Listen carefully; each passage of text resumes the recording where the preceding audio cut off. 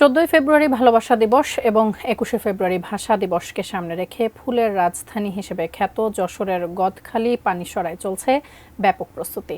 পানিসরা থেকে বিস্তারিত জানিয়েছেন প্রতিনিধি নজরুল ইসলাম মল্লিক। আমি এখন আছি যশোরের ফুলের রাজধানী গদখালিতে। প্রতিদিন যেখানে ফুলের মেলা বসে এবং ফুল বিক্রির বাজার বলে এখানে খ্যাত, এখানে দেশের বিভিন্ন অঞ্চল থেকে বিভিন্ন জেলা থেকে ক্রেতারা এখানে ফুল কিনতে আসেন। আমরা যেটা জানতে পেরেছি, এবছর শত কোটি টাকার ফুল বিক্রি হবে।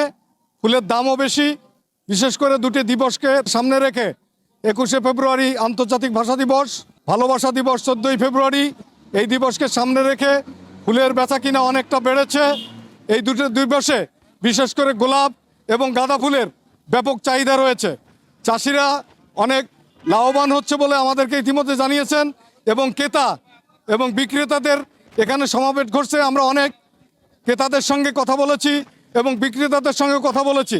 তারা আমাদেরকে যেটা জানিয়েছেন, এবছর অনেক বেচাকিনা হচ্ছে এবং প্রতিদিনই এখানে বিভিন্ন অঞ্চল থেকে বিভিন্ন জেলা থেকে মানুষ আসছে ফুল কিনতে।